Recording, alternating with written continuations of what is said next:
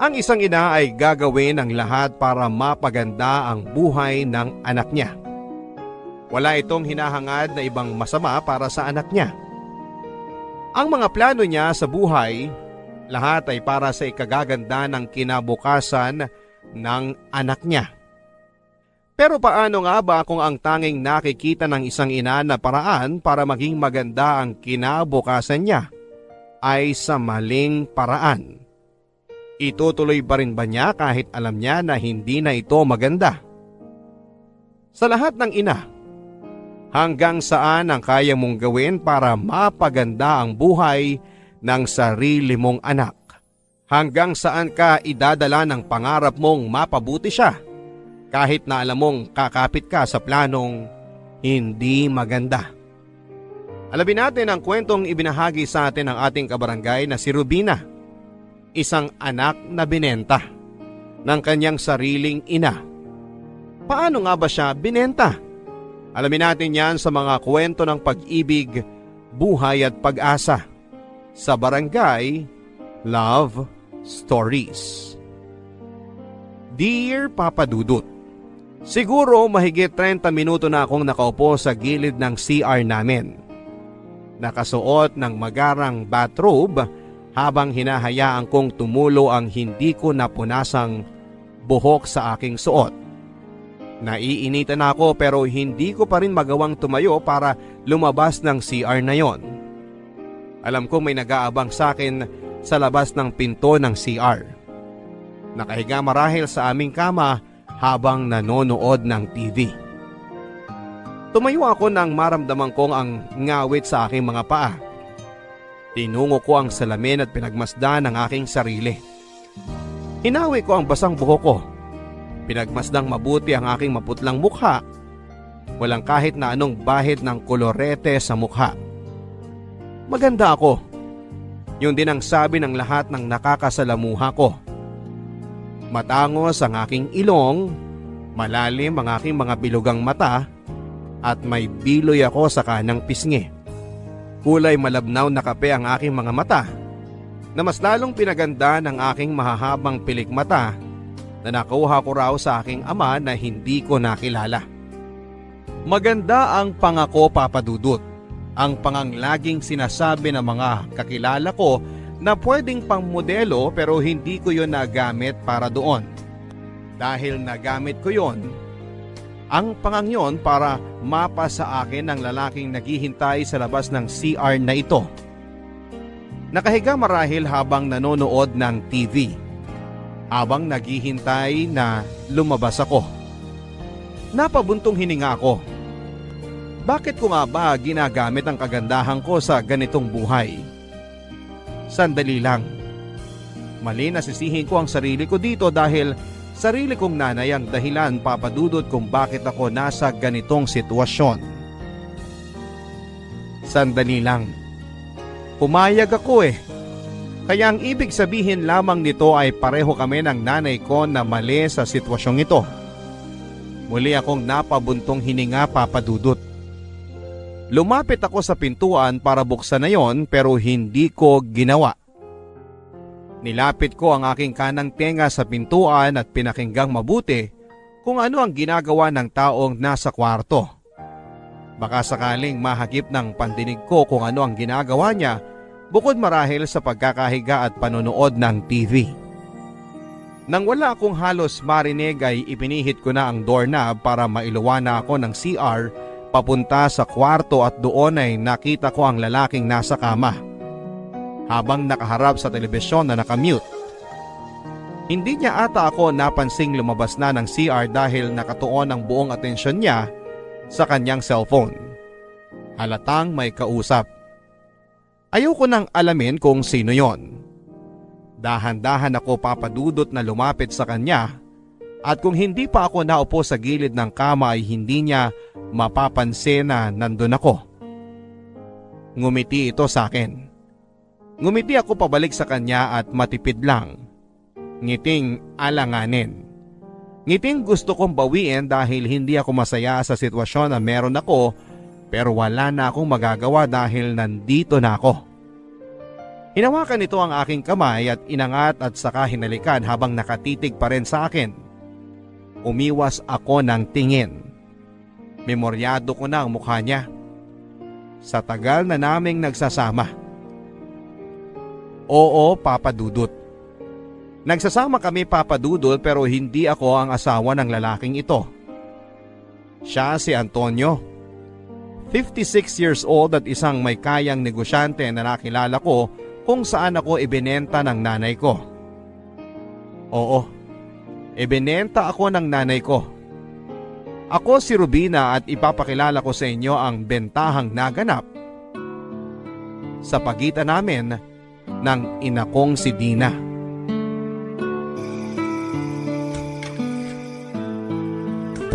Mama! O anak, gising ka pa pala. Hinihintay kita, Mama, kasi may papapirma po ako. Ano yan? Binigay po ng teacher ko, bigay daw po ng principal. Ano to? Sabi ng teacher ko, maniningil daw yung school para sa hindi ko pa nababayaran. Ano ba yun, Mama? Hayaan mo na to anak. Ganito na lang. Bukas, ibabalik mo to sa teacher mo at sasabihin mo na nawala ako. Magsisinungaling po ako, Mama? Di ba bad yun? Ay, hindi anak. Pero yun po yung turo sa school, bad ang magsinungaling. Hindi anak, maniwala ka sa akin. Kailangan mo lang kasi itong gawin, okay? Naintindihan mo? Bakit ko po kailangan gawin, Mama? Kasi anak, marami pang gagawin si Mama, kaya hindi ako makakapunta ngayon sa school mo. Para bayaran yung utang sa school, Mama? Oo, tama. Yun. Wala na po ba tayong pera, Mama? Hindi naman sa wala. Pero madami kasing binayaran si Mama ng utang natin sa ibang tao. Ganun po ba, Mama? Kawawa naman po tayo. Ay, hindi anak. Huwag kang maaawa sa nangyayari sa atin kasi nakakaraos naman tayo kahit papano. Kaya ang gagawin mo bukas, sasabihin mo sa teacher mo na wala ako at ang kasama mo lang sa bahay ay si Ate Lucy na kapitbahay natin. Okay ba? Sige po, Mama. At sabihin mo na rin na pasensya na kung wala pang may aabot si Mama. Sana maintindihan nila. Sige po, Mama. Magpapalit lang ako ng damit at maghuhugas ng kamay. Tapos tara na sa kwarto para matulog, ha? Mama? Ano yun, anak? Hindi po ba tayo kakain? Kakain? Hindi pa kasi ako kumakain, Mama. Si Ate Lucy kanina bago siya umalis, sinabi sa akin na wala na raw natirang pagkain mula kagabi. Napanis na raw po kaya hindi na pwedeng kainin kasi sasakit daw po ang tiyan ko. Diyos ko, ano ba naman to? Sabi po ni Ate Lucy, hintayin daw po kita baka may dala kayong pagkain, Mama eh. Pero meron po ba dyan sa bag nyo? Kahit ano na lang po, Mama. Kahit isang biskwit, okay na po ako doon. Anak, kasi walang dala-dala si Mama eh. Eh kayo po, kumain na po ba kayo? Hindi rin anak eh. Ano po gagawin natin, Mama?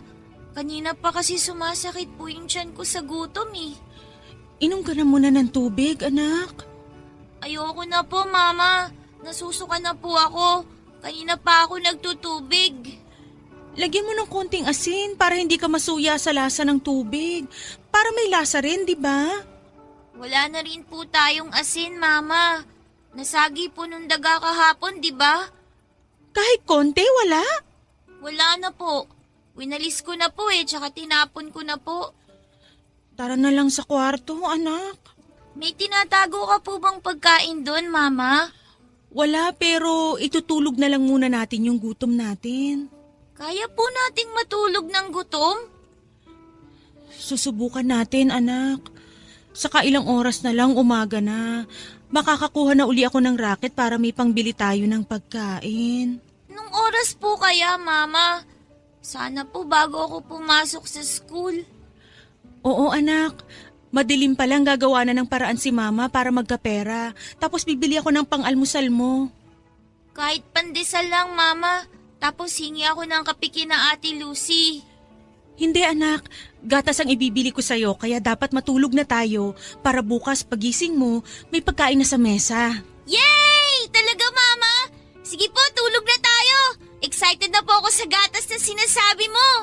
Pati ako anak, pati ako.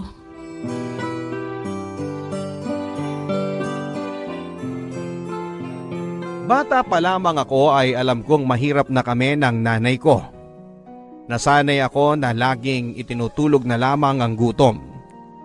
Nasanay ako sa lasa ng sardinas na tutubigan para dumami at lalagyan na lamang ng asin kapag nasobrahan sa tubig.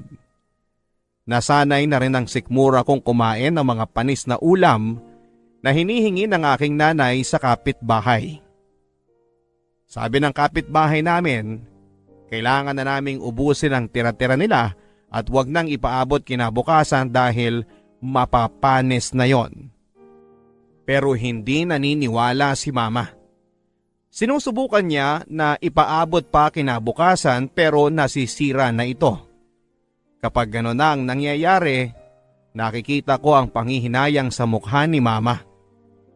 Kung sana naniwala lang siya sa kapitbahay namin na wag nang ipaabot kinabukasan ang ulam na bigay nila. Kung hindi sana niya kailangang tipirin ang ulam na bigay nila para umabot pa kinabukasan, edi hindi sana yon masisira at tanging basurahan ang makikinabang. Nakakalungkot, Papa Dudut. Sa ganitong buhay ako pinalaki ng nanay ko. Sa ganitong buhay ako nasanay. Pinatibay ng kahirapan ng sikmura naming pareho. Mas matibay pa nga ata kesa sa mga dagang nasa estero. Sa totoo lang ay hindi naman daw ganito ang buhay namin noon, sabi ng mga nakakakilala kay Mama. May nakapangasawa raw na Canadian si Mama. Yun po ang aking ama. Bago ako mabuo sa mundong ito ay may maliit sila na negosyo. Nagpapautang daw sila ng mga empleyado ng isang mall. Maganda ang kinalabasan ng negosyo nila pero hindi rin yun nagtagal dahil kailangan bumalik ng aking ama sa Canada dahil nagkaroon ng problema sa kanyang papeles at kung ano-ano pa. Ang sabi niya sa aking ina ay babalik ito pero naghintay ng matagal ang aking ina pero hindi na nagpakita pa ang aking ama. Sising-sisi ito kung bakit hindi niya rin sinabi sa aking ama na buntis na ito.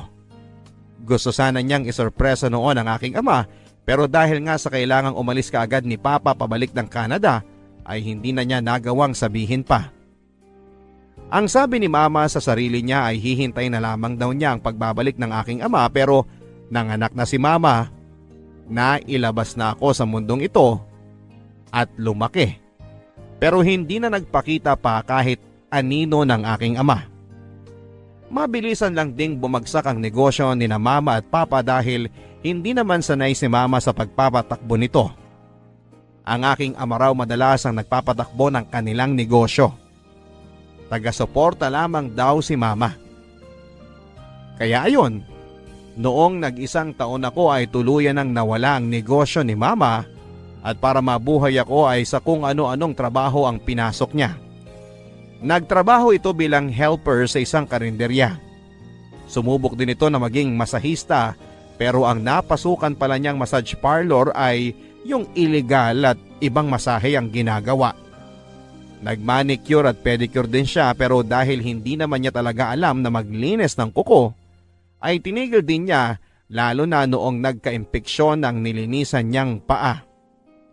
Nagbenta na nga rin ito ng mga kawali at ibang mga gamit sa pagluluto. Nilalako niya ito sa kung saan-saan. Bit-bit niya ang mga ito habang bit-bit pa ako sa kalagitnaan ng tirik na araw. Maraming naaawa kay Mama noon kaya naman may mga nakukuha si Mama na pera mula sa kung kani-kanino na nakikita kami. Kaya naisip niya na mamalimos na lamang kasama ako. Sa una ay gumagana yon, pero nang tumagal, lalo na nang lumaki na ako ay kailangan na rin niyang tumigil dahil hindi na naniniwala ang taong mahirap siya. Lalo na kapag nakikita ako. Dahil nga may dugong Canadian ako ay lumaki akong mistisa at matangos ang ilong.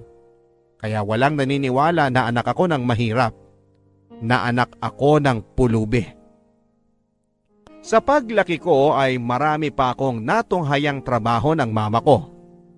Bilib na bilib ako noon sa kanya dahil kahit na ano ang pasukin niya, masiguro lang na makakain kami 2 beses sa isang araw. Masiguro lang na makakapag-aral pa ako. Masiguro lamang na mabuhay ako. Ganyan ako kamahal ng mama ko. Sa murang edad ay ramdam ko na ang pagmamahal niya at ramdam ko ang hirap niya na buhayin ako. Kaya pangako ko noon sa sarili ko paglaki ko, natutulong ako sa nanay ko. Gagawin ko rin ang lahat para masuklian ang ginawa niya para sa akin mula pagkabata hanggang sa pagtanda. Hinding-hindi ko siya pababayaan at sisiguraduhin ko na bibigyan ko siya ng mas magandang buhay. Yung buhay na hindi na niya kailangang maghirap. Gumising ng napakaaga para makipagsapalaran sa labas. Yung buhay na makakatulog siya anumang oras niya piliin at hindi siya gagambalain ng pag-iisip kung saan siya susunod na kukuha ng pera para may pangkain kami. Ayoko nang makita si mama na naghihirap. Pinagdarasal ko araw-araw na sana ay lumaki na ako kaagad para legal ko nang matulungan si mama sa paghahanap buhay. Hindi ko na kasi masikmurang makita siyang unti-unting nagiging manipis ang katawan dahil sa kahirapan at sa pagod. Gusto ko siyang makitang malusog dahil never ko siyang nakitang ganito. Gusto kong magkalaman ang kanyang humpak na mga pisngi. Gusto kong mawala ang mga itim sa ilalim ng kanyang mga mata. Ayoko nang maramdaman ang buto-buto niyang mga kamay at likuran. Gusto kong makita siyang hindi maputla. Gusto kong makita siyang may kulay tulad ng ibang nanay na masigla sa buhay. Gusto kong maging maayos ang buhay ng aking ina bago mahuli ang lahat dahil para sa akin. Si mama ang buhay ko at ang dahilan kung bakit nandito pa ako sa mundo.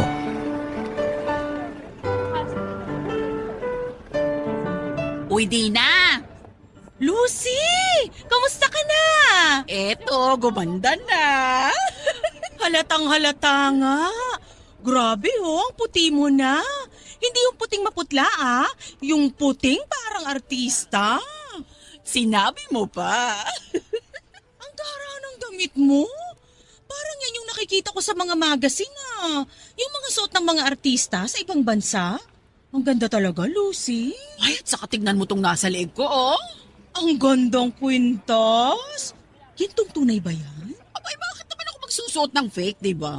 Ang yaman mo na ata talaga, Lucy. Nakakaingit ka naman. Kaya pala matagal ka naming di nakita ni Robina. Kaya ka pala umalis bigla dito sa atin? Eh, alam ko namang wala akong mapapala dito, no? Tama ka dyan. Tingnan mo nga kami, dalaga na si Robina pero andito pa rin at parang araw-araw ay mas lalong humihirap. Eh ano bang ginawa mo, timamang ka ng husto? Baka naman pwede mo akong matulungan para makaahon na kami ni Robina sa hirap. Alam mo, Dina. Robina! Bakit pawis na pawis ka? Pambihira kang bata ka, oh. Tumakbo kasi ako galing kina May. Umextra po ako na maglinis ng bahay nila, Mama, para may pambayad tayo ng mga kinuha nating dilata at bigas sa tindahan. Ano ka ba namang bata ka? Sabi ko na sa'yo, huwag ka muna magtatrabaho. Ang sabi ko, mag-aral ka lang ng mabuti at hayaan mo na ako sa mga pagkakakitaan. Eh wala naman po akong pasok ngayon. Sayang naman kung palalampasin ko yon. Pera din yun, Mama. Ito nga pala, 500 oh. Ito po yung bayad sa akin. Binigyan pa ako ng mama ni May ng ulam. Adobong baboy po at 1 kilong bigas. Ikaw talagang bata ka. Pero salamat, anak. Uy, ito na pa talaga si Robina? Ay, pasensya na, Lucy. Oo, ito na si Robina. Ay, kay laki na Napakaganda. Anak, naaalala mo si Ate Lucy mo? Yung nag-aalaga sa'yo noon kapag wala ako?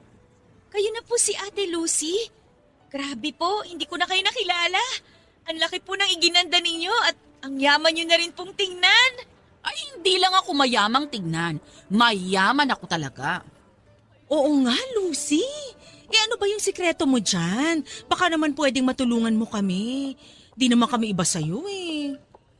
Well, ngayong nakita ko na si Rubina, alam kong may maitutulong ako sa'yo. Ano ba yun? Rubina, umuwi ka muna. Ihanda mo yung ulam nyo ng mama mo. Mag-uusap lang kami saglit. May pupuntahan lang. Sige po. Saan ba tayo pupunta? Ako ang bahala. Hindi ko nalaman kung saan nagpunta sina Mama at Ate Lucy noon. Hindi ko rin alam kung ano ang pinag-usapan nila.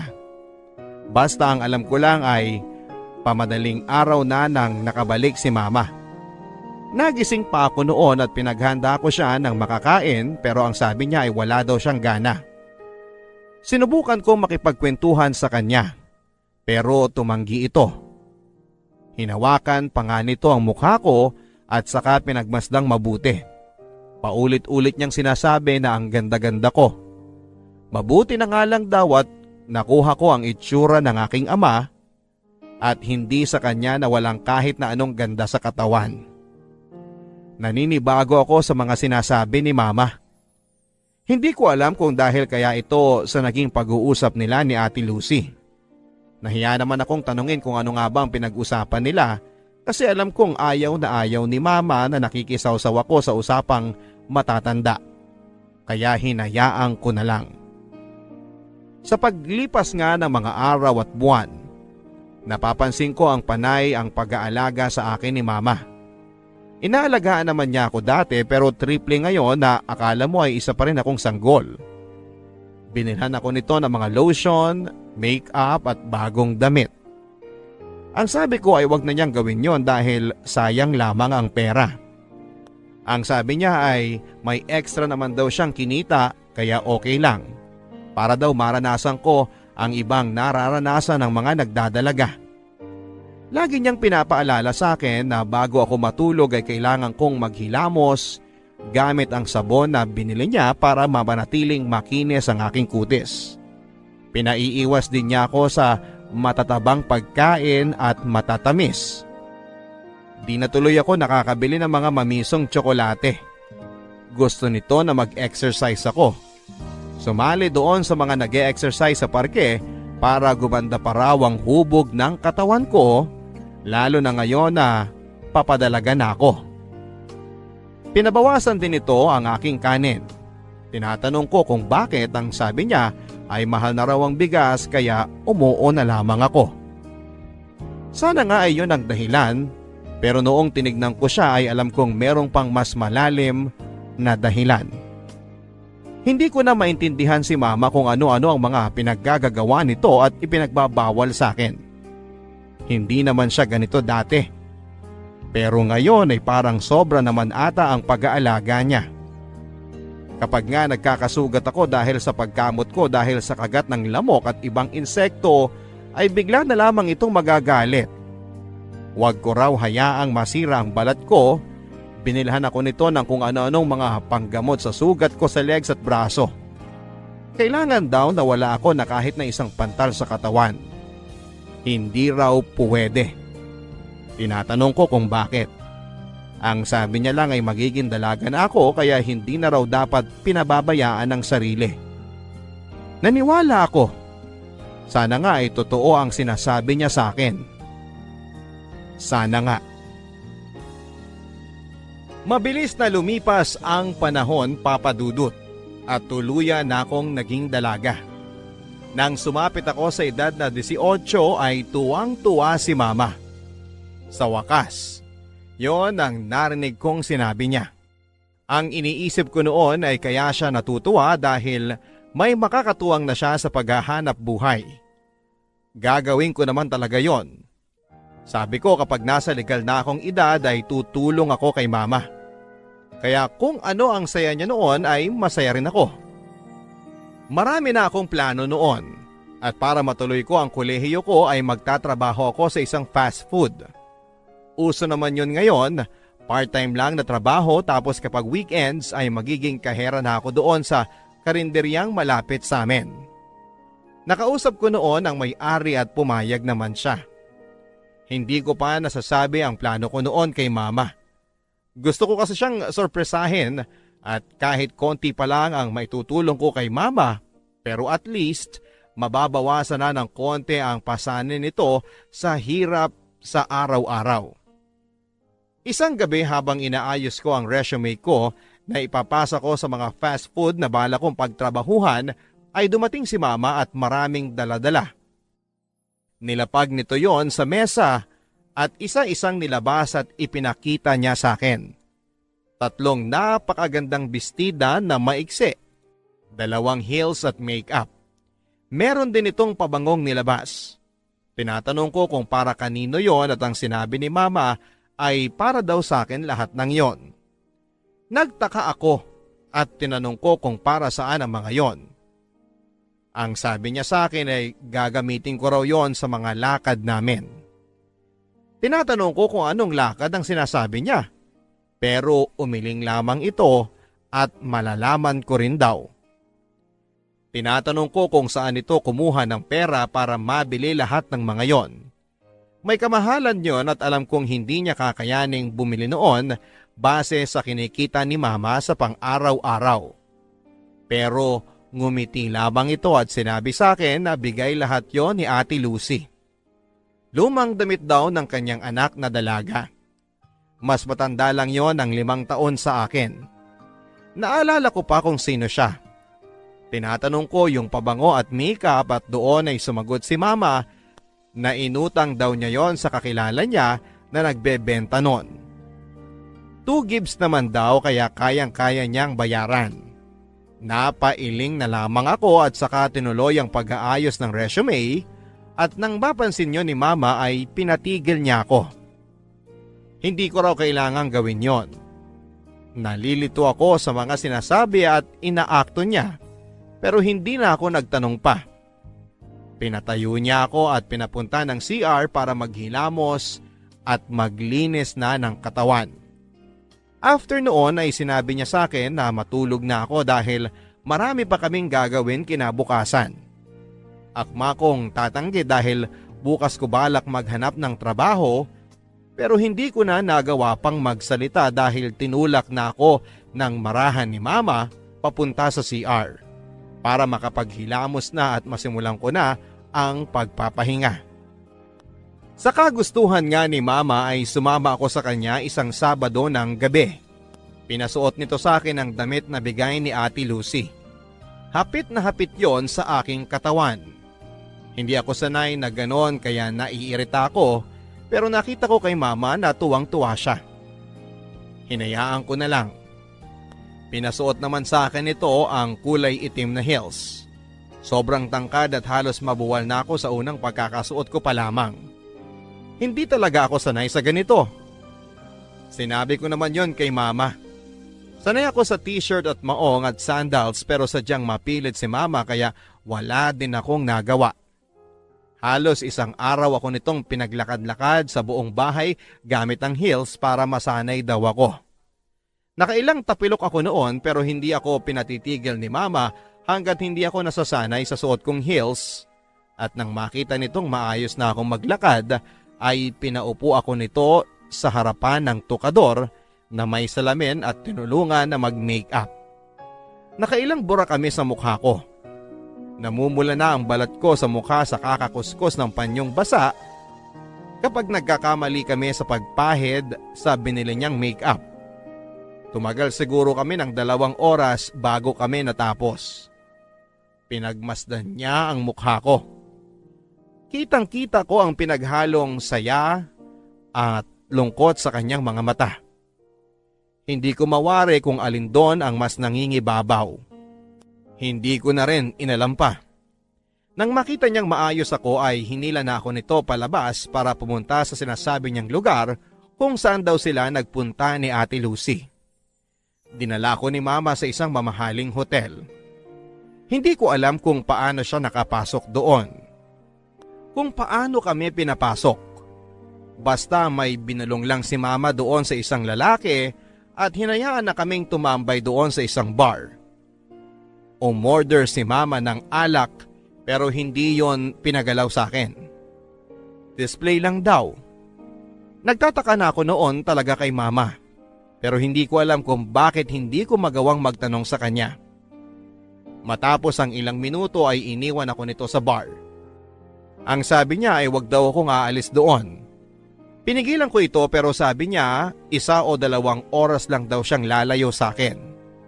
Tinatanong ko siya kung bakit pero ayaw nitong magsalita.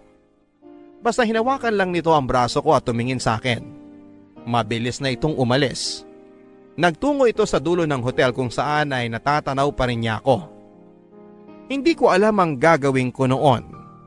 Hindi ko alam kung paano palilipasin ang 2 oras na sinasabi ni mama na hindi alam kung ano ang susunod na mangyayari. Hanggang sa natapos nga ang 2 oras na yon at nakita kong lumapit sa akin si mama. Habang nasa biyahe kami ay tahimik si mama at halata ang lungkot at galit. Hindi ko alam kung bakit. Mahirap nang tanungin sa ganong sitwasyon. Sana bukas ay sabihin na nito sa akin ang kadahilanan kung bakit kami tumambay sa hotel na yon habang suot ang maiksing damit at mataas na heels. Habang punong-puno ng kolorete ang mukha ko. Paulit-ulit kaming bumabalik sa hotel na yon, Papa Dudut. Paulit-ulit kaming nag-aayos bago pumunta doon. Paulit-ulit kaming tumatambay at umuorder ng alak na sa huli ay hindi ko na naman iniinom at paulit-ulit din kaming umuuwi nang walang nangyayari. Ewan ko ba sa nanay ko kung bakit hindi pa ito napapagod. Nakikita ko naman na halos mawala na siya ng pag-asa pero sige pa rin siya ng sige. Paulit-ulit ako nagtatanong sa kanya kung bakit ba kailangan naming tumambay doon sa hotel na yon. Pero paulit-ulit na iiling lang ang sagot nito sa akin na sa huli ay kinapaguran ko na ring tanungin siya. Bahala na si mama kung ano man ang plano niya, kung bakit kami laging nandun. Susunod na lamang ako, gusto ko siyang mapasaya. At kung ito lamang ang paraan, sige, susunod na lamang ako sa kanya. Isang araw, habang naghahanda akong muli para sa pagpunta sa hotel ay napansin kong nahihirapan ang aking ina sa paglalakad. Kinausap ko ito. Kagabi pa itong hinang-hina. Umiling ito at sinabing ayos lang siya pero tinatraydor daw siya ng ubo niya kaya naman sabi ko ay magpahinga na lamang ito. At sa susunod na araw na lang kami tatambay sa hotel pero mariin itong tumanggi. Malakas daw siya. Kayang-kaya daw niya na magpunta doon. Medyo nasamid lang siya sa laway niya pero ayokong maniwala kaya sabi ko ay magbibihis na ulit ako ng pambahay para masimulan ko na siyang alagaan. Pero nagalit ito sa akin. Napatahimik ako nang sigawan niya ako. Ito ang unang beses, Papa Dudut, na nagawa niya yon sa akin. Sa huli ay napansin ni mama na parang sumama ang loob ko sa ginawa niya, kaya naman humingi ito ng sorry. At sinabing wag ko na raw intindihin dahil kaya naman daw niya. Ako naman ang umiling. Ang sabi ko sa kanya ay kailangan na niya magpahinga pero sadyang makulit si mama, kaya naman sa huli ay nagkasundo na lamang kami. Ako na lang mag-isa ang pupunta at siya ay sa bahay lang para magpahinga. Matagal bago ko siya napapayag. Noong nakumbinsi ko na nga ito, ay agad ko na siyang dinala sa kwarto namin para asikasuhin muna bago umalis. Bumili ako ng goto at gamot. Nilagay ko rin ang jug ng tubig sa kwarto para madali na lang niya itong maabot. Siniguro ko na maayos siya bago ako umalis ng bahay at nang magpaalam ako sa kanya ay sinabi nito na sana ay may magbigay ng number sa akin. Number? Anong number yon? Hindi na ako nagtanong pa sa kanya at tumango na lamang ako at umalis na. Pahapon na nang makarating ako sa hotel. Maraming tao noon. May gathering daw kasi ng mga negosyante sa isang district. Napatango na lamang ako. Naupo ako sa bar at umorder ng alak. Nilapag ko lang yon sa harapan ko at panayang tingin ko sa malaking orasan sa aking kaliwa. Gusto ko nang hilahin ang oras para makauwi na ako. Masyado akong nag-aalala kay mama. Kailangan ko na siyang maalagaan. Mas gusto ko nang gawin yon kaysa tumambay dito at hindi alam ang dahilan kung bakit ako nandito. Nang lumipas na ang 2 oras tulad ng dati ay akmang aalis na ako. Pero bigla ay kinalabit ako ng isang lalaki. Napalingon ako. Isang lalaking naka-Amerikana. Mga edad 50 na. Maputi ito at makikita mo sa kanyang itsura na gwapo ito nung kabataan niya. May bahagyang puti-puti sa kanyang buhok pero hindi yon dahilan para hindi mo pansinin ang maamo at charming nitong mukha. Tinatanong ko kung ano ang kailangan niya. Ngumiti lang ito at nagtanong kung madalas daw ba akong tambay sa bar na yon. Umuo ako. Tinanong niya kung umu-order daw ba ako ng alak pero hindi ko iinumin. Kahit nagtataka ay umuo ako. Hindi ko siya kilala pero parang alam na alam niya ang ginagawa ko sa hotel na yon sa araw-araw. Ngumiti ito sa akin at pagkatapos ay nilabas ang kanyang wallet. Kumuha ng isang calling card at inabot niya sa akin. Siya raw si Antonio at yon ang number niya. Napakunot noo ako. Nagpaalam na ito sa akin habang ako naman ay naiwang nakatanga. Ano yun? Para saan ang calling card na yon? Hindi ko na masyadong in-stress ang sarili ko sa lalaking yon.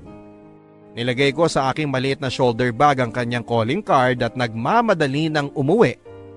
Walang ibang nasa utak ko kundi ang maalagaan ang aking may sakit na nanay. 1 oras mahigit ang naging biyahe ko bago ako makauwi ng bahay.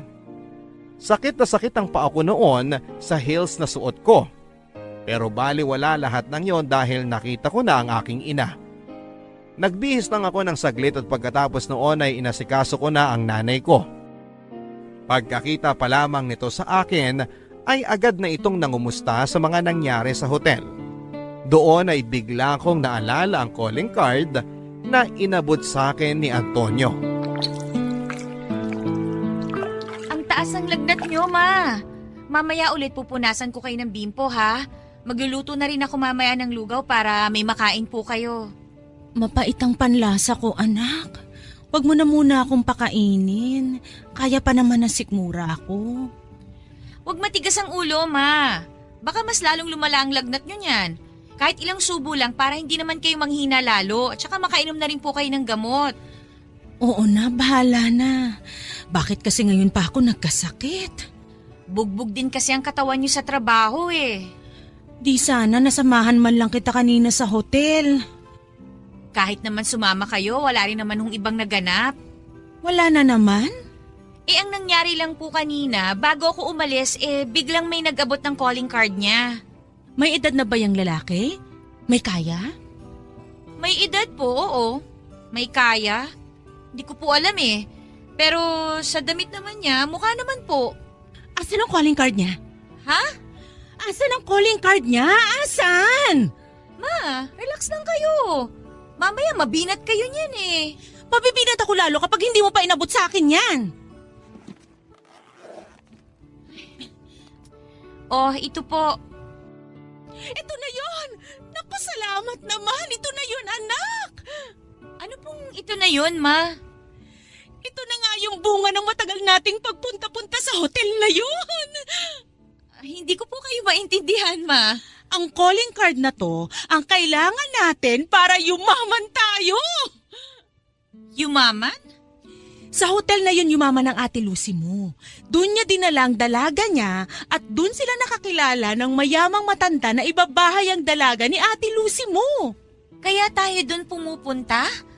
Dahil yun ang sinabi sa inyo ni Ate Lucy? Yun nga, anak. Bakit hindi ninyo sinabi sa akin? Bakit kung kailan may nag-abot na ng calling card na yan, tsaka nyo lang sasabihin sa akin ang lahat ng to?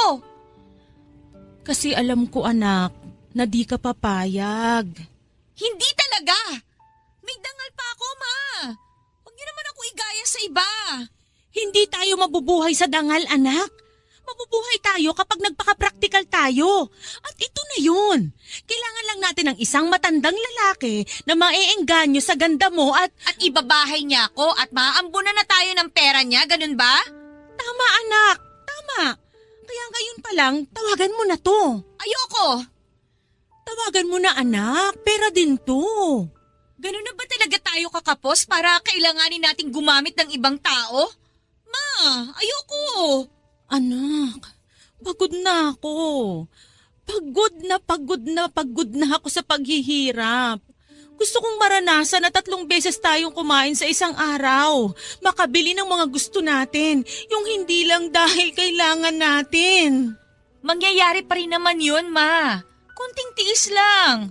Kailangan ko lang makapagtapos ng pag-aaral. Tapos isasabay ko yun sa pagtatrabaho sa fast food. Mabilis lang ang panahon. Kapag nakapagtapos na ako, maghahanap ako ng mas magandang trabaho para makakain na tayo ng 3 beses o higit pa sa isang araw at makakabili na rin ng mga gusto natin.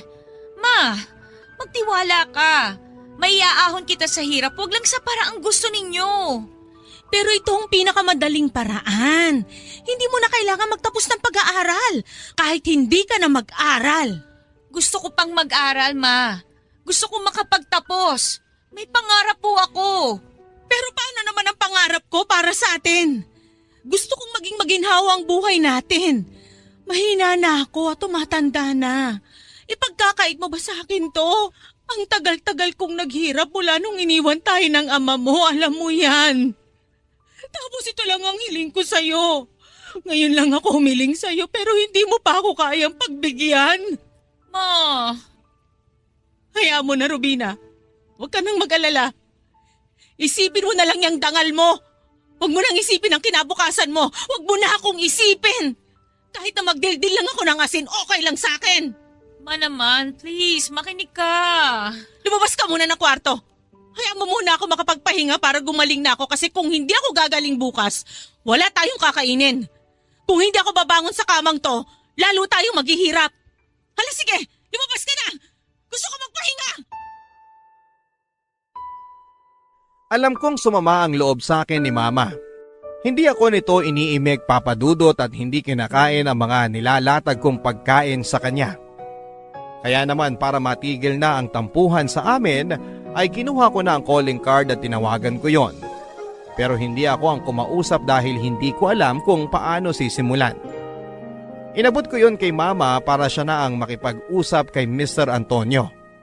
Nang malaman nga niyang tinawagan ko ay tuwang-tuwa at hinalikan pa ako nito sa pisngi bago kinuha ang cellphone sa akin. Lumabas ako ng kwarto para hindi marinig ang usapan nila. Ayokong marinig ang usapan nila. Nang matapos ang pag-uusap nila ay lumabas si Mama sa kwarto at saka ako pinuntahan at niyakap. Maghanda na raw ako at bibili kami ng bagong damit at imimit namin si Mr. Antonio. Dumating nga ang araw ng pagkikita namin sa wakas ni Mr. Antonio. Binilhan ako ni Mama ng mas maiksing damit kumpara sa mga damit na isinusuot ko noon. Mas lalo akong hindi naging komportable sa suot kong yon. Kinakabahan ako noon pero si Mama excited naman. Habang pinagmamasdan ako ni Mama ay hindi ko maiwasang isipin na sarili kong nanay ay ilalako ako. Akala ko ay sa TV lang yon nangyayari. Pero pati pala sa totoong buhay. Nang dumating na sa wakas si Mr. Antonio ay sinalubong na kaagad siya ni Mama na akala mo ay matagal na niya itong kilala. Tuwang-tuwa itong kinausap si Mr. Antonio habang ang lalaking ito naman ay panayang sulyap sa akin. Nag-usap muna silang sandali at hindi ako makarelate sa mga pinag-uusapan nila. At nang sa wakas ay matapos na sila ay ako naman ang hinarap nila. Eto na yon. Dumating na ang kinakatakutan ko. Anak, ito nga si Mr. Antonio. Nabanggit niya sa akin minsan na sobrang gandang-ganda raw siya sa'yo. Salamat po, Mr. Antonio. Antonio na lang at wag mo na akong pinupo. Tumatanda ako lalo eh. Salamat, Antonio. Yan! Mas magandang ang pakinggan, anak. Nasabi na ba sa'yo ng mama mo ang plano namin para sa'yo? Hindi pa.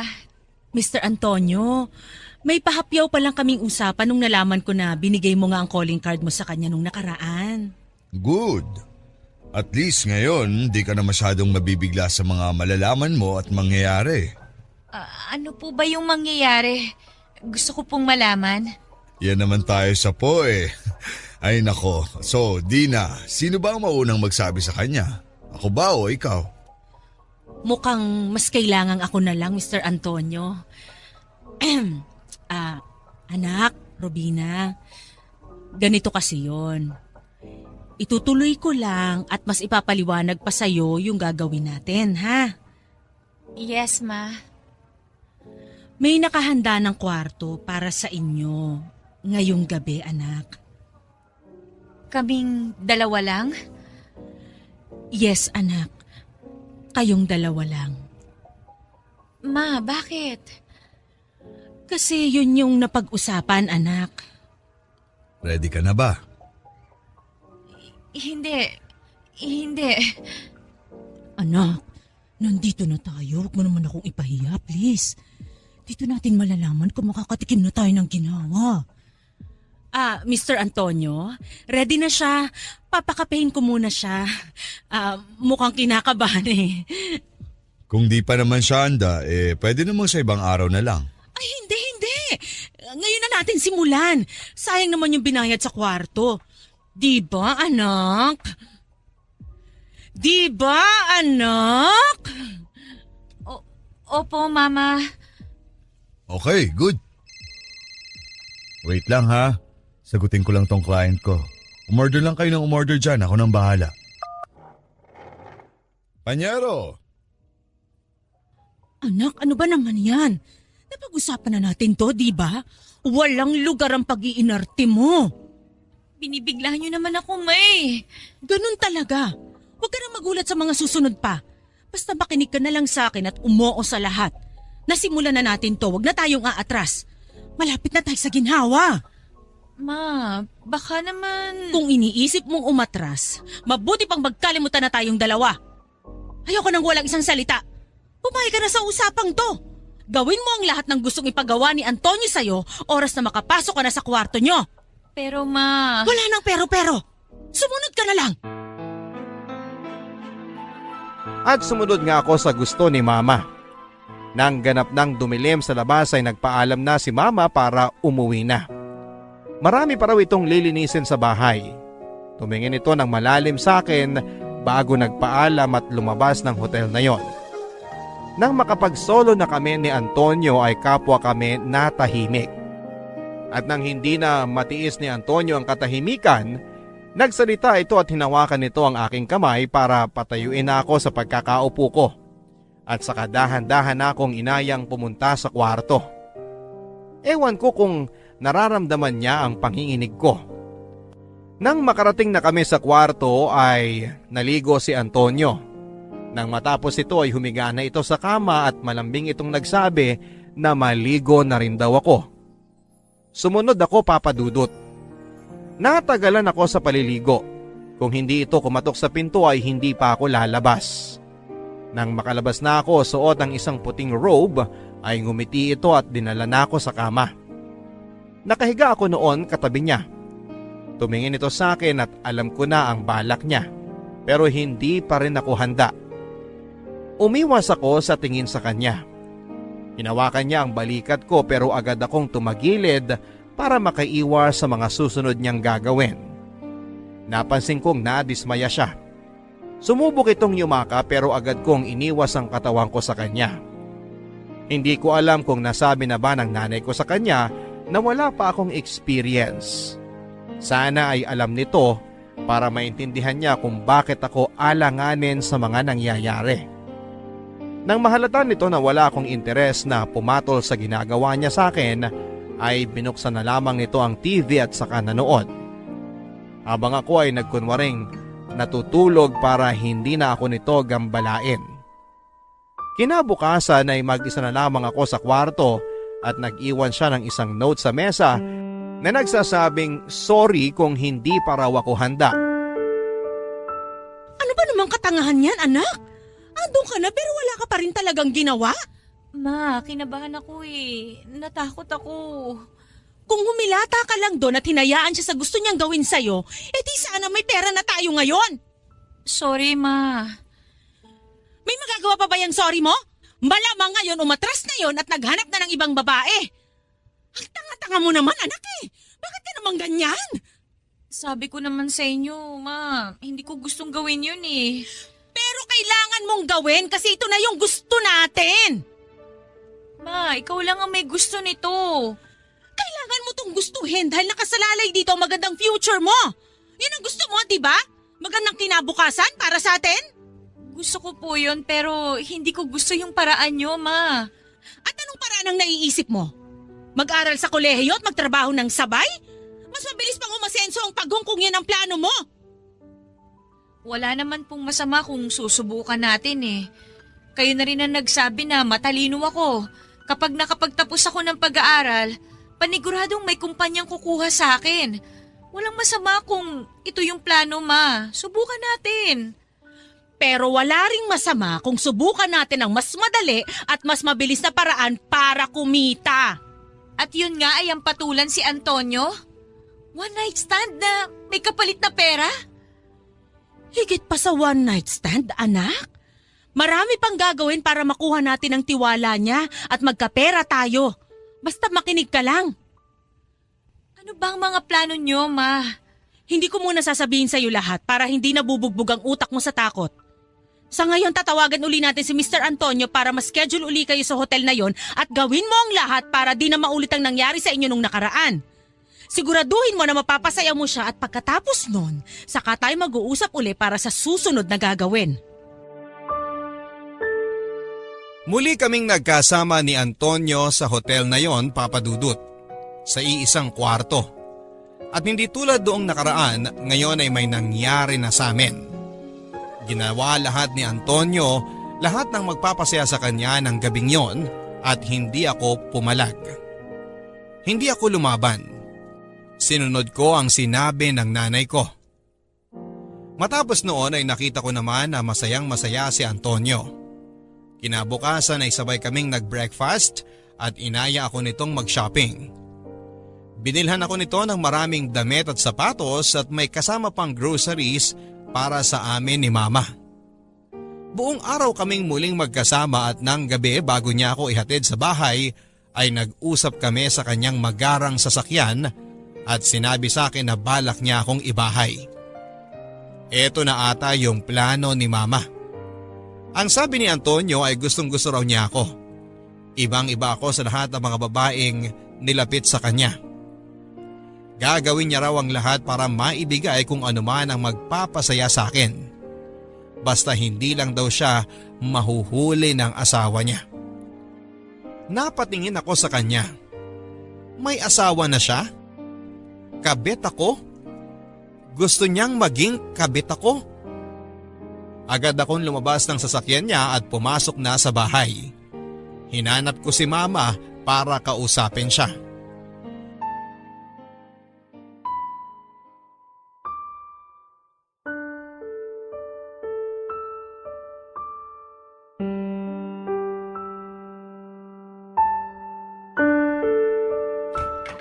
Ma?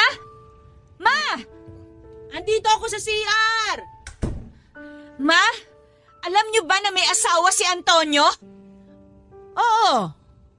At hindi niyo man lang naisip na sabihin sa akin to? Nakalimutan ko siguro. Nakalimutan? O sinadya niyo para hindi ako umatras sa plano niyo? O siya, aaminin ko na. Sasabihin ko naman dapat sa'yo pero plano ko pagkatapos ng may nangyari sa inyo na. Baka kasi dahil doon umatras ka pa. Talagang aatras ako kung sinabi niyo kagad nung una pa lang. Inuubos niyo ang dangal na meron ako. Tapos na nangyari na. Na-text na ako ni Mr. Antonio at masaya siya sa'yo. Ito na yun, anak. Huwag mo na masyadong isipin ang asawa niya. Ikaw na ang bagong nagpapasaya sa kanya. Nakakadiri ka, Ma! Bakit mo ko ginaganito? Dahil para sa future mo to. Puro na lang kayo future ko! Oo, dahil para sa akin, yun ang pinakamahalaga. Mas mahalaga kaysa sa magpapasaya sa akin? Magiging masaya ka kapag maayos ang future mo. Kailangan mo lang pagdaanan to. Maniwala ka, anak. Wala akong ginawa na hindi para sa'yo. Lahat to para sa'yo. Makinig ka sa akin, anak. Lahat to para sa'yo. Muli akong sumunod sa mga sinabi ni Mama. Nagkausap na ulit sila ni Antonio at wala pang isang linggo ay nilipat kami sa isang kondominium, malayo sa mismong tirahan ni Antonio.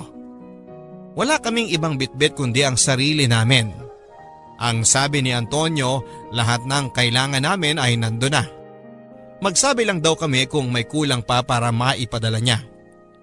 Tuwang-tuwa si Mama nang makita ang malaking condominium unit na ibinigay sa amin ni Antonio. Agad itong humiga sa kama at nang makontento na ay saka nagbukas ito ng ref.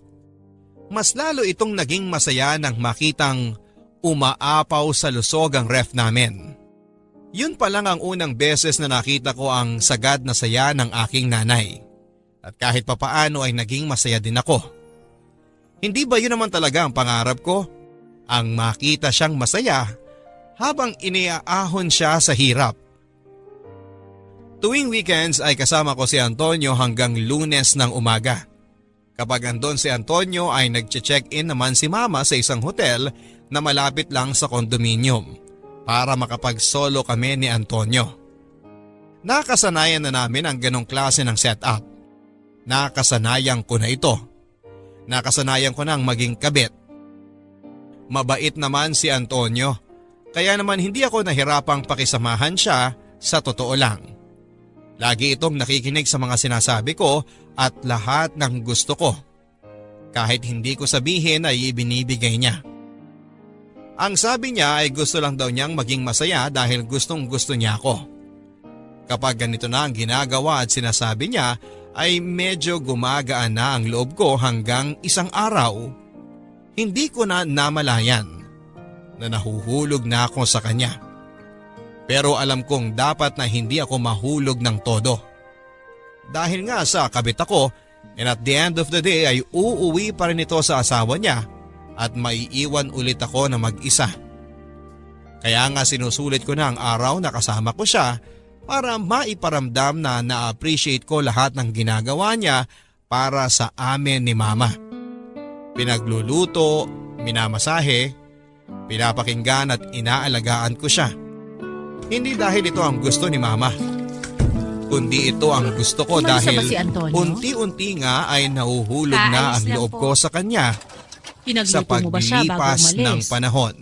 Oo naman, Ma. Lagi naman eh. Kumain ka na ba, Ma? May natira pa po ako sa niluto ko. Papainit ko na lang sa microwave. Naku, hindi na. Kumain na ako sa labas kanina. Kumusta naman kayo? Okay lang. Ganun pa rin. Kabit pa rin at kailangan niyang umuwi sa asawa niya. Eh bakit parang nasasaktan ka dyan? Kasi nasasaktan naman talaga ako, Ma. Sino bang hindi, di ba? Kabit ako. Hanggang dun lang ako. Eh di magpabuntis ka. Ano? Alam mo, naisip ko lang wala ito sa plano. Uunahan na kita. Maganda siguro kung magpapabuntis ka sa kanya para alam mo na, mas malaki yung ibibigay niya sa'yo na sustento. At hindi lang yan. Forever na siyang nakatali sa'yo kahit kabit ka lang kasi nagkabunga na kayo eh. Yun lang naman ang naisip ko. Seryoso ka ba, Ma? Gusto mo na maglabas ako ng walang kamuwang-muwang na bata sa mundong to para makaranas ng hindi buong pamilya at pagmamahal? Seryoso ba kayo, Ma? Eh wag ka namang magalit. Naisip ko lang naman yun. At least anak, alam mong di na siya kakawala sa'yo kasi may responsibilidad na siya sa'yo. At saka diba pangarap niyang magkaanak talaga? Eh hindi yun mabigay sa kanya ng totoong asawa niya. At ano, Ma? Ay, Kapag nabigay mo yun sa kanya, baka ikaw na ang mahalin niya at hindi na ang asawa niya. Maibibigay na niya sa iyo ang atensyon at pagmamahal na kailangan mo kasi ikaw ang nakapagbigay sa kanya ng anak na pangarap niya. Pag-isipan mo ng mabuti, anak. At paano ang asawa niya? Wala na tayong pakialam doon. Ang gagawin lang natin ikaw ang pupwestong reyna ng buhay ni Antonio kapag nagkaanak ka na. Siya pwera na ang legal wife kapag gano'n na ang nangyari. Hindi, Ma. Ayoko. Ayoko. Anak, sabi mo lahat susundin mo. Lahat ng sasabihin ko gagawin mo. Pero hindi yung magpabuntis at sirain ang relasyon nilang mag-asawa. Mabuti na nga lang at hindi pa nalalaman ng asawa niyang tungkol sa amin eh. Paano kung malaman niya? Saan tayo pupulutin? Hihimas tayo ng rehas, Ma, alam niyo ba yon? Tapos balak niyo pang magpabuntis ako? Eh di lalong mas mataas ang kasalanan nun. Kawawa naman si Antonio, Ma. Naaawa ka kay Antonio? Concerned ka sa kanya? Hindi naman sa ganon, Ma. Nahahalata na kita eh. Gusto mo siya, no? Tapos na ang usapan natin, Ma. Gusto mo nga siya. Mahal mo siya. Kaya ayaw mo na siyang bigyan pa ng isang sakit ng ulo niya. Magpapahinga na muna ako, Ma. Huwag kang masyadong magpakalunod sa puso mo. Utak pa rin ang gamitin mo. Tandaan mo, kabit ka pa rin at hanggang dun lang yon.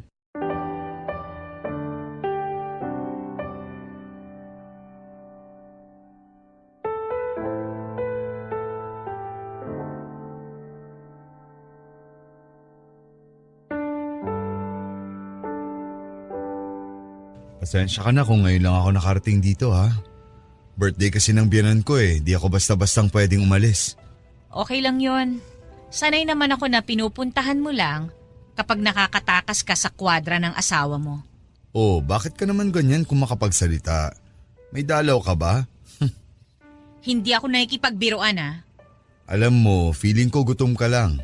Gusto mo magpa-deliver na lang tayo dito ng food? Bakit ayaw mong lumabas tayo? Alam mo naman ang sitwasyon, di ba? Di tayo pwedeng makita ng iba. Kailangan natin mag-ingat. Kasi kabit ako, ganon.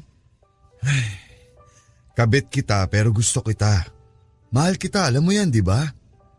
Pero kabit pa rin ako. Pero mahal kita. Pero mahal mo pa rin ang asawa mo. Hindi naman siguro mawawala yun kasi asawa ko na yun eh.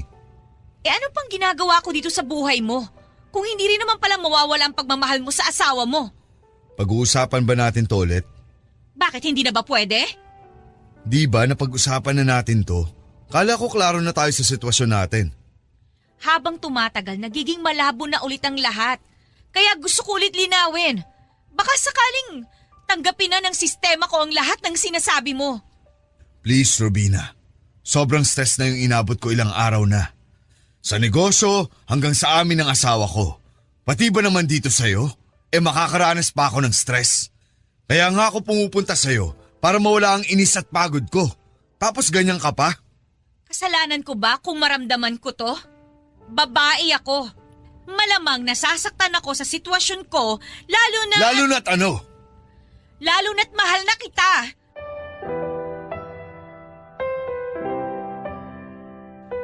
Mahal din naman kita.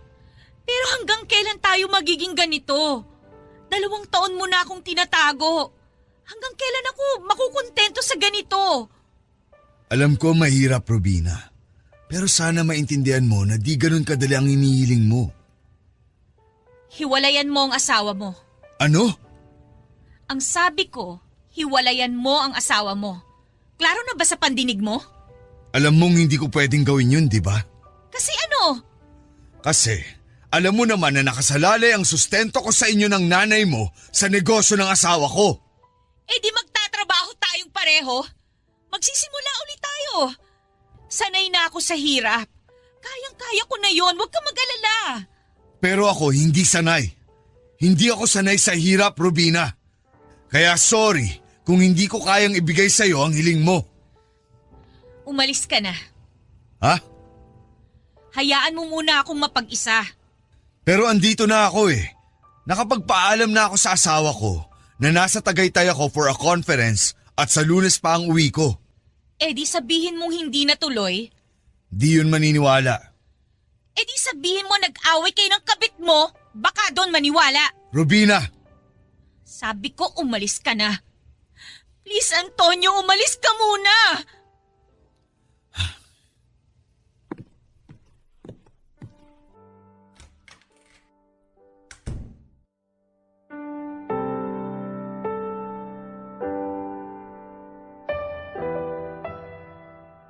Pagkasara ng pintuan ay umiyak ako ng todo.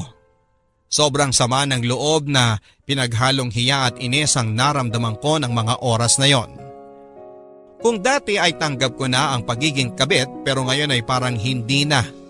Lalo na nang napatunayan ko talaga na may nararamdaman ako para kay Antonio. Lalo na noong napatunayan ko sa sarili ko na hanggang doon lang ako. Puntahan niya lang ako kapag kailangan niya ng takasan ng magulo at nakasanayan na niyang mundo. Puntahan niya lang ako para may bagong makasiping at mawala ang kanyang stress. Puntahan niya lamang ako kapag kailangan at gusto niya. Yun lang ako. Kabit lang kasi ako at paano ko ito ipapaintindi ngayon sa puso ko. Nakahiga lang ako noon sa kama at hindi naman masama ang pakiramdam ko pero nangihina na kasi ako sa kakaiyak at sa kakaisip sa naging pag-uusap namin ni Antonio. Nagulat na nga lang ako nang pagsapit ng hating gabi ay bumukas ng malakas ang pintuan. Lumabas ako para tignan yon at nakita ko si Mama na galit na nilapitan ako at sinalubong ng malakas na sampal.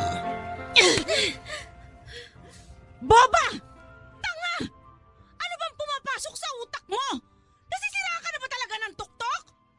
Ma, ano bang... Tinawagan ako ni Antonio at sinabi niya pinag-usapan yung dalawa. Hindi ka na ba talaga nahiya sa mga pinagsasabi mo, Rubina? Hindi na ba talaga? Sinabi ko lang kung ano yung nararamdaman ko. Masama ba yung ganon, Ma? Oo, masama! Lalo na kung wala sa lugar. Gusto mo ba talaga mawala sa atin lahat ng pinaghirapan natin na to? Sa ating dalawa ako lang ang naghirap para mapunta tayo sa ganitong sitwasyon. Sumasagot ka na? Nanunumbat ka pa?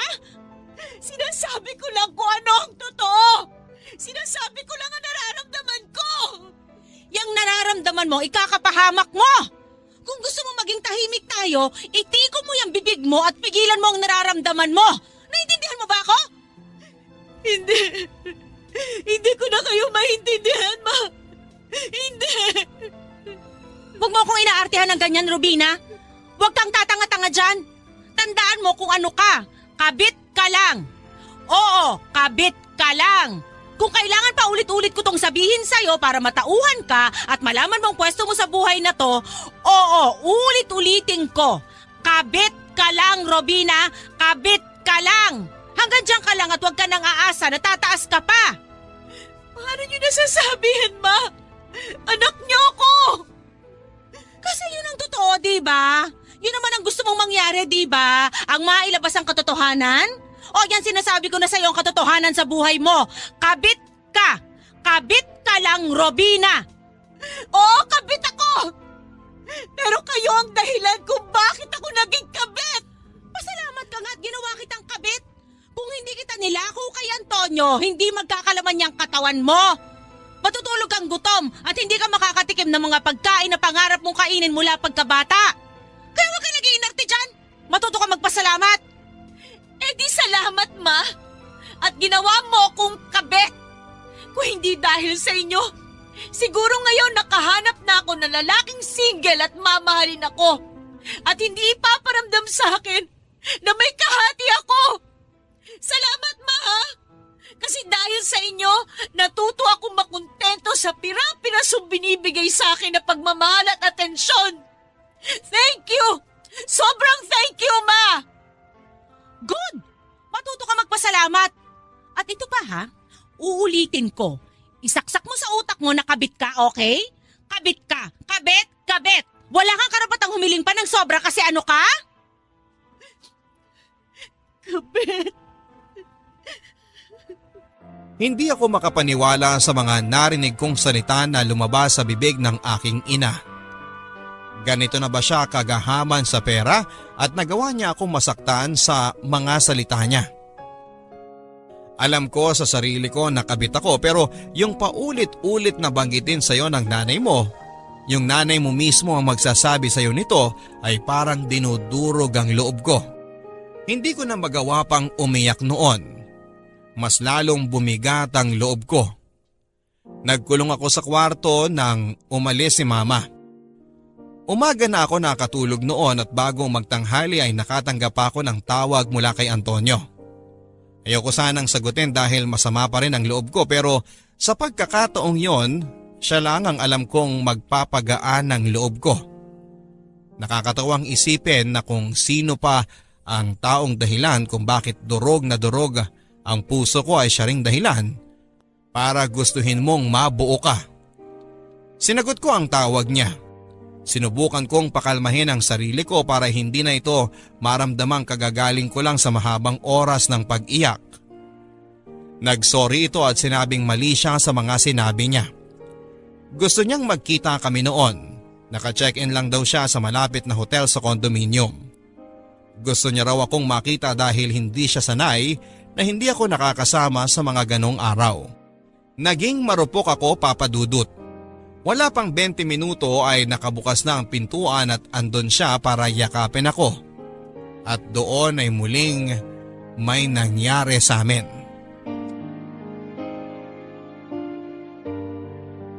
Para ipakilala sa akin na talagang mahal ako ni Antonio ay dinagdagan pa nito ang mga ibinibigay niyang allowance sa akin. Kasama na dyan syempre ang supplies namin sa condominium. At iba pang luho na hindi ko naman hiniling sa kanya pero ibinibigay pa rin niya sa akin. Dinagdagan din niya ang araw na magkasama kami. Imbis na 2 araw lang ay naging 3 araw na. Paminsan-minsan ay lumalabas na rin kami pero sa malayong lugar para hindi kami makilala ng mga tao. Kontento na ako sa ganoon at sa tingin ko, at least ay naipaparamdam pa rin sa akin ni Antonio na kahit kabit ako ay mahal pa rin ako nito. Natuwa naman si mama sa mga nangyayari at panay ang sabi nito na ituloy ko lang daw ang ganito. Iwasan ang away sa pagitan namin ni Antonio at itago na lamang ang nararamdaman ko para hindi na gumulo ang plano. Konting-konti na lang daw at mawawala na ang nararamdaman nito para sa asawa niya.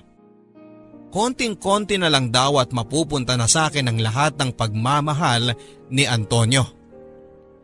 Para akong robot na sunod ng sunod kay mama. Kahit sa totoo lang ay masama pa rin ang loob ko sa mga pinagsasabi nito sa akin noong mga nakaraan. Hinihintay ko na magsorry ito at bawiin lahat ng mga masasakit na sinabi niya sa akin pero wala ito sa sistema niya.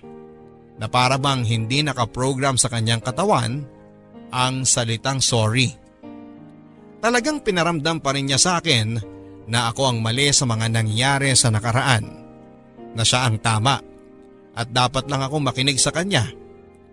Sa unang beses sa buhay ko ay namuhi ako bigla sa nanay ko.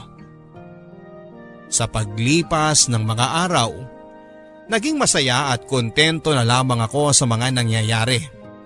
Siguro nga ay natanggap ko na lamang na hanggang dito na lamang ako talaga. Mabubuhay ako bilang isang kabit at siguro ay oras na para tanggapin na habang kasama ko si Antonio.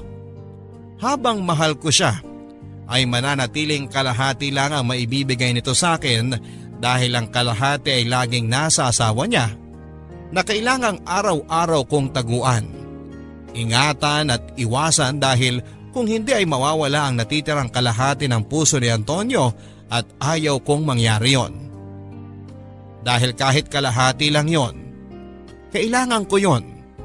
Dahil doon lang ako nakakapit. Dahil doon lang ako pwedeng umasa sa kalahating pagmamahal ni Antonio para sa akin. Sandali lang!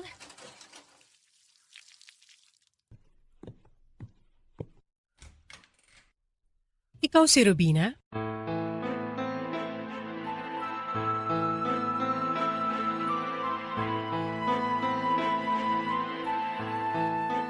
po, may kailangan po ba kayo? Pwedeng pumasok? Sino muna kayo at ano po ang kailangan ninyo? Maganda ang condo unit mo ha. Mukhang mamahalin. Sino ka ba? Hindi kita pinapapasok kaya pwedeng lumabas ka na? Mamahalin din ang mga gamit dito. Uulitin ko. Lumabas ka na bago pa Bago ako... ka tumawag ng pulis? Go! Tumawag ka na pero do it for me. Kasi ikaw ang ipakukulong ko dahil kinabit mo ang asawa ko. Ano? Oh, come on, Rubina. Sa tingin mo talaga na itatago nyo ng maayos ang relasyon nyo ng asawa kong si Antonio? Hindi ako tanga. Hindi ko alam ang sinasabi mo. Please, umalis ka na. Hindi mo alam. Really? Again, hindi ako tanga para sabihan mo ng ganyang linya. Wala nga akong alam. Pwede ba maniwala ka na lang? Sa tingin mo susugod ako dito kung wala akong proof na kabit ka ng asawa ko? Uulit-ulitin ko to kasi ito yung totoo. Hindi ako tanga, Robina. Matagal ko nang alam na may relasyon kayo ng asawa ko. Noong una, wala akong pakialam. Sige, gawin niyo lang ang kasalanang yan hanggang magsawa kayo. Pero siguro dahil sa sobrang nag-e-enjoy na kayong dalawa na halos araw-araw na kayong magkasama napapabayaan na niya ang negosyo namin. Oops, sorry mali. Negosyo ko. Yun na nga lang ang gagawin niya Babantayan na negosyo ko para may pera siya na pang sustento sa'yo pero hindi pa niya magawa na maayos. Alam mo kung bakit? Dahil sa'yo. Puro pagpapakamot ng kati ang ginagawa mo sa kanya kaya hindi niya magawa na maayos sa mga trabaho niya. Please, ayoko ng iskandalo. Umalis na kayo. Kung ano man po ang problema niyo ng asawa niyo... Na kinabit mo, Kung ano man ang problema ninyo ng asawa niyo, kayo na lang ang mag-usap. Labas na ako dyan. labas ka na? Bigla kang exit ngayong nahuli ka na? Bakit ka lalabas? Pinapalis ba kita sa sitwasyon mo ngayon? Hindi naman, di ba? Hindi kita maintindihan. Hindi mo talaga maiintindihan kasi kayo mga kabet, ang utak nyo kasing laki lang ng pinutol na kuko. Hanggang dun lang talaga. Hindi ako bobo. Bakit ka pumayag na maging kabet? May mga malalalim akong dahilan. Malalalim na dahilan. Pera lang naman ang dahilan kung bakit ka kabet. Mababaw na dahilan lang yun, Rubina. Hindi mo ako kilala para husgahan mo ako ng ganyan. Hindi ka uhusgahan kung sa una pa lang hindi ka na nang himasok sa bakuran ng may bakuran. Kaya ngayon hindi mo pwedeng sabihin sa akin na labas ka na sa problema namin ni Antonio. Kasi nasa bakuran ka na namin. Kaya ang dapat mong gawin, lumaban ka. Paano kung lalaban Ang sabi mo nasa bakuran mo ko. Lahat ng advantage nasa iyo, di ba? Ay naku, wag kang susuko. Paano ka nakakasigurong ako na agad ang panalo? Ay wait, oo nga.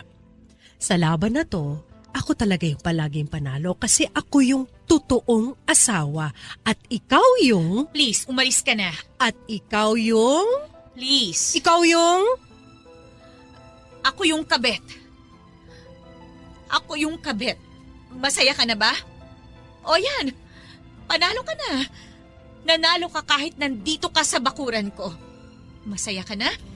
Ang pagkakaalam ko, bakuran ko pa rin tong kinatatayuan ko. Remember, pera kong ginamit ng asawa ko para makatira kayo dito. Nginig ng nginig ang katawan ko nang makapag-usap kami ng legal wife ni Antonio. Agad kong tinawagan si Antonio para ipaalam ang mga nangyari. Pati siya ay nagpapanik na rin at hindi alam ang mga pinagsasasabi. Halatang takot at panay ang sabi nito na huwag kong aminin kahit na anong pitpit ang gawin nito. Pero huli na, napaamin na niya ako. Kinumbinsi ko si Antonio na umalis na lamang kami at tumakas na lamang at iwanan ang mundong nakasanayan namin. Mag-ibang lugar na lang kami. Kahit simple lang ang buhay pero ayaw niya. Hindi raw niya kayang iwan ang karangyaan. Nakasanayan na niya ang ganong buhay May edad na ito at hindi siya kampante na makukuha niya kung ano man ang nakukuha niya ngayon sa asawa niya. Nasaktan ako doon.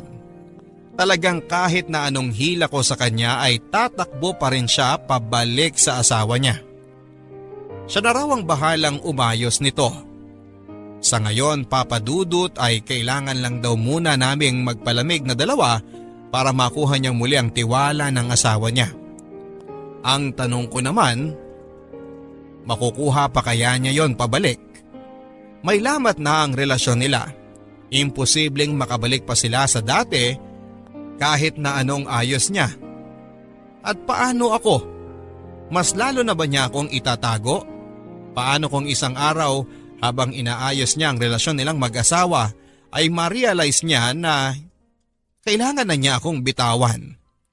Makakaya ko ba yon kung sakaling dumating ang araw na yon? Ang tanga-tanga mo talaga kahit kailan, Robina! Paano na to? Hindi ko naman ginusto na malaman ng asawa ni Antonio ang lahat. Alam niyo, nag-iingat kaming dalawa sa lahat ng ginagawa namin, Ma.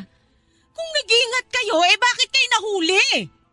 Ma, may pakiramdam din yung tao. Alam niya kung may ginagawang kalokohan ng asawa niya. Alam niyo yan. Babae kayo, dapat alam niyo yan. Huwag mo na akong nirarasonan dyan. Dapat tayong makaisip ng paraan para di kayo paghiwalayin ni Antonio. Ma, yan pa rin ba ang nasa isip niyo? Kailangan pa rin ba naming magsama talaga? Natural! Sayang ang pera! Nakakabwisit itong nangyayaring to ngayon. Malapit na tayo dun sa maayos na buhay Magkakapera na sana tayo ng malaki Kung di lang talaga kayo nahuli, di sana maayos pa rin ang lahat. Ma, pwede ba wala nang sisihan? Ayusin na lang natin to. Paano nga natin to maaayos? Hindi nga natin alam kung ano pang gagawin at hindi pa natin alam kung anong next move ng asawa niya. Inaya ko si Antonio na magpakalayo-layo na. Iiwan na namin ang buhay namin dito. Nababaliw ka na ba? Alam mo bang kapag ginawa mo yan, maghihirap tayo? Magtatrabaho kaming pareho. Kakayanin namin basta magkasama kaming dalawa. Walang magagawa yung pagsasama niyong dalawa, lalo na kung wala kayong pera. Alam niyo naman na nasa asawa niya ang pera tapos ilalayo mo si Antonio sa asawa niya? Anong gusto niyong gawin ko, Ma? Manatili kang kabit at manatili si Antonio sa asawa niya para mabigay pa rin sa atin ang kailangan natin. Gusto niyong maging kabit lang ako habang buhay, ganun ba? Oo, gusto kong maging kabit ka kasi dyan ka lang magaling. Wala ka ng ibang pwedeng marating kundi maging kabit. Magpakatotoo tayo. Diyan ka na magaling Bakit di pa natin pagkakitaan, di ba? Ang baba na ng tingin niyo sa akin, Ma. Bakit ganun? Hindi naman tayo ganito dati, Dati lagi niyong sinasabi sa akin na mataas ang pangarap niyo para sa akin na balang araw makakaahon tayo sa hirap kasi kaya nating diskarte ang dalawa. Pero ngayon, ako na ang ginagamit niyo para makaahon kayo sa hirap. Ang selfish niyo naman, Ma. Sobra kayong selfish. Ay bakit? Di ka ba nakikinabang sa ginagawa natin? Nakakahiga ka sa magandang kama dahil sa pagiging kabit mo. Nakakakain ng sobrang sarap na mga pagkain na dati nakikita mo lang sa TV ng kapitbahay. Nakakasuot ka na ng magagandang damit na hindi amoy maduming basahan dahil sa pagiging kabit mo. Naisip mo ba yon? Oo, Ma. Naranasan ko lahat ng magagandang bagay na yan dahil sa pagiging kabit ko. Pero natanong niyo ba kung masaya ako? Masaya ako na kabit? Na laging pangalawa lang ako sa kanya? Na nasasaktan ako kapag oras na para bumalik siya sa asawa niya? Na natatakot ako na isang araw, hindi na siya pumasok sa pintuan na yan dahil na-realize na niya na dapat doon siya sa asawa niya at hindi sa akin na kabit lang. Araw-araw yan ang tumatakbo at nananakot sa utak ko, Ma. Pero natanong niyo ba yon? Hindi. Kasi wala kayong ibang nasa utak kundi pera! Pera! Pera! Huwag mo akong sinisigawan! Nanay mo pa rin ako at kung hindi dahil sa akin, patay ka na ngayon! Kaya kung may pagagawa man ako sa'yo, gawin mo bilang kabayaran sa pagpapalaki ko sa'yo! Huwag kayong mag-alala, Ma. Kung kailangan nyo na talagang singilin lahat ng ginastos nyo sa pagpapalaki sa akin, babayaran ko yun. Pero sa tamang paraan. Yung paraan na may dangal pa rin ako kahit papano. At hindi yung gagawin nyo akong kabet. Babayaran ko kayo, Ma. Maghintay lang kayo. mababayaran ko rin kayo. Mababayaran? Ikaw? Sa marangal na paraan? Baka inuud na ako sa lupa pero di ka pa rin nakakabayad. Ganun kabagal yung sinasabi mong pagbabayad. Tiwalang-tiwala ka sa sarili mo na makakakuha ng pera sa marangal na paraan? Eh kung magpapakatotoo tayo, wala ka makukuha dyan. Kasi di ka sanay sa diskarte sa buhay. Kaya tanggapin mo na lang na sa pagiging kabit ka lang magkakapera. Sa pagiging kabit ka lang magaling, kaya isaksak mo yan sa utak mo. Ano ka uli? Ha? Ma, please. Huwag naman pati ikaw. Ano ka uli? Ma, Sabing ano ka uli eh? isa akong kabit. Good! Isaksak mo ng paulit-ulit yan sa utak mo kasi hanggang dyan ka lang. At huwag ka nang umasa na aangat ka pa dyan. Ambisyosa! Ang mga salita ng nanay ko ang naging anesthesia ko para tuluyan na akong walang maramdaman. Sinubukan kong tawagan si Antonio pero hindi ito sumasagot. Tulad ng sabi niya ay kailangan muna naming magpalamig sa mata ng asawa niya. Nangako naman siya papadudot na babalik siya pero hindi niya masasabi kung kailan. Nagpapadala pa rin siya ng pera tuwing nakakatsyempo siya, madalas ay si mama ang nakakakuha ng pera. Hindi pa rin kami nakakapag-usap ng nanay ko, malamig na rin ang turing niya sa akin na hindi nakatulong sa lungkot na nararamdaman ko. Pakiramdam ko tuloy ay mag-isa na lamang ako. Ang mga mahal ko sa buhay, unti-unting nawawala dahil sa mga sinunod kong desisyon nila. Nakakulong lang ako madalas sa kondominium. Walang makasama dahil si mama ay madalas na wala. May bago itong boyfriend na nakilala niya minsan sa pagbabar at doon niya nilulustay ang kalahati ng perang pinapadala ni Antonio na para sana sa amin. Nakakulong lang ako madalas sa kondo. Nakatingin sa cellphone at umaasang tatawag si Antonio para mapagaan ang loob ko pero dumilim na. At liliwanag ng muli pero hindi pa rin nagpaparamdam si Antonio. Paano na ako? Ikukulong ko lang ba ang sarili ko sa ganito? Makukontento sa paghihintay sa kanyang pagbabalik? Makukontento lang sa kung ano yung itatapon sa akin na parang alagang aso? Hindi ko alam kung ilang buwan akong ganito. Basta ang alam ko isang araw ay hinarap ko ang salamin. At hindi ako nakontento sa mga nakita ko. Ang layo na ng itsura ko sa dati. Mas lumalim ang aking mga mata dahil sa puyat at sa kakaiyak. Nagnipis na ang pisngi ko at halos hindi ko na rin nadadaanan ng suklay ang mahaba kong buhok. Namumutla ako pati ang mga labi ko na tuyong-tuyo na rin tulad ng nararamdaman ko. Hindi ito pwede. Hindi pwedeng ganito na lamang ang nakikita ko sa salamin palagi. Pumasok ako sa banyo, hinubad ang namamaho kong damit at sinimulan ko ng buksan ang shower. At hinayaang linisan nito ang katawan ko na matagal nang nababad sa dumi.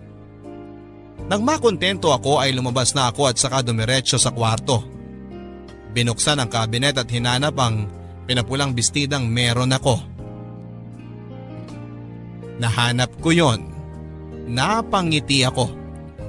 Sinuot ko yon at saka pinagmasdan ang sarili ko sa malaking salamin. Napakaganda ko pa rin. Sinuklay ko ang aking buhok at pinahira ng kolorete ang aking mukha. Makapal na makapal ang lipstick ang magdadala sa akin ngayon. Nang makontento na ako sa pinintahan kong mukha ay tinungo ko na ang lalagyan ng sapatos. Pinili ko papadudot ang pinakamataas na heels na meron ako. Kulay itim yon at bagay sa pulang bestida ko. Muli kong tinungo ang salamin sa aking kwarto. Napakaganda ko sa refleksyon ko. Bago ko umalis ay siniguro kong madadampian ang damit at balat ko ng mamahaling pabango na ibinili sa akin ni Antonio nang nagtungo ito sa ibang bansa. Napapikit ako habang ini-spray ko ito sa sarili ko. Nang makontento na ako ay kinuha ko na ang susi ng kondo at ang maliit na shoulder bag ko. Lumabas ako at nag-abang ng taxi at nang makakuha na ako ng taxi ay nagpahatid na ako kung saan ay nagsimula ang lahat. Sa hotel kung saan kami unang nagkakilala ni Antonio. Sa hotel kung saan ay napatunayan ko kung saan lang ako magaling. Ang maging kabit. Tinungo ko ang bar at umorder ako ng alak pero hindi ko yon gagalawin. Titingin-tingin ako sa paligid at umaasang may makakapansin sa akin at lalapit. Para saan? Para maging kabit nila. Kasi doon lang naman ako magaling, hindi ba? Ang maging kabit at wala na akong iaangat pa doon kasi yun naman ang sabi ng nanay ko. At pakiramdam ko ay tama siya. Hanggang doon lang ako. Napangiti na lamang ako habang iniisip yon. Kung sakaling hindi na babalik si Antonio, siguro naman ngayon ay kapag ginalingan ko ay makakahanap ulit ako ng bago. Yung magbibigay ng kalahati ng puso niya sa akin. Makukontento na ako sa ganon kasi yun lang naman dapat ang asahan ng isang kabit na katulad ko. Hindi ako dapat umasa ng buo dahil nang minsang umasa ako sa ganon ay nasaktan lang ako. Ako si Rubina. Kabit ako. Matututo akong maging masaya sa ganito kasi dito lang ako pwedeng magaling ang sabi ng nanay ko. Ang nanay ko na hanggang ngayon ay pangarap ko pa rin bigyan ng magandang buhay kasi yun ang pangarap ko mula noong bata pa ako. Ako si Rubina. Sana maintindihan ninyo kung bakit ganito ang pinili kong mundo. Mga kapuso, kung ano ba talaga ang ibigay at itawag sa iyo ng mundo, yun na ang paniniwalaan mo? Hindi ba pwedeng maging ikaw yung taong pinili mong maging ikaw? Hindi ba pwedeng wag kang magpadikta sa mga sinasabi ng iba at sundin kung ano ang binubulong ng sarili mo? Maging ikaw, base sa nararamdaman mo. Sana, Rubina, kung nakikinig ka man ay malaman mong suportado ka namin. Kung sakaling sa pagkakataong ito ay piliin mo na ang buhay na gusto mo at hindi ang sinasabi ng nanay mo. Naniniwala kami sa batang Rubina na nakatago dyan sa nakasara mong puso. Pakawalan mo siya para masabi niya kung ano ba talaga ang gusto niya para maging masaya ka. Siya ang totoong nakakaalam kung saan ka pwedeng maging maligaya. Palayain mo siya at maniwala ka, magiging masaya ka kung makikinig ka sa kanya. Hanggang sa muli mga kapuso.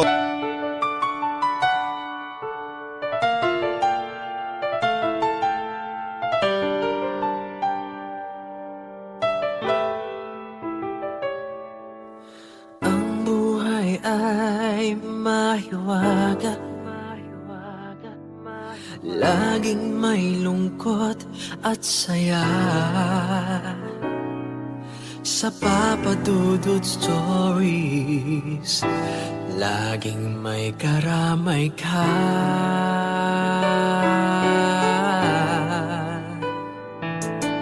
Mga problemang kaibigan, dito ay pakikinggan ka.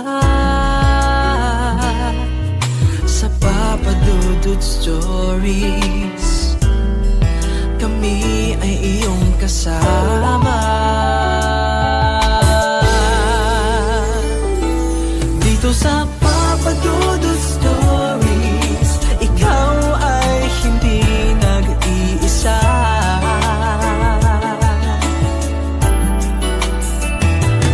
Dito sa Papa Dudut Stories, may nagmamahal sa'yo. Papa Dudut Stories, Papa Dudut Stories,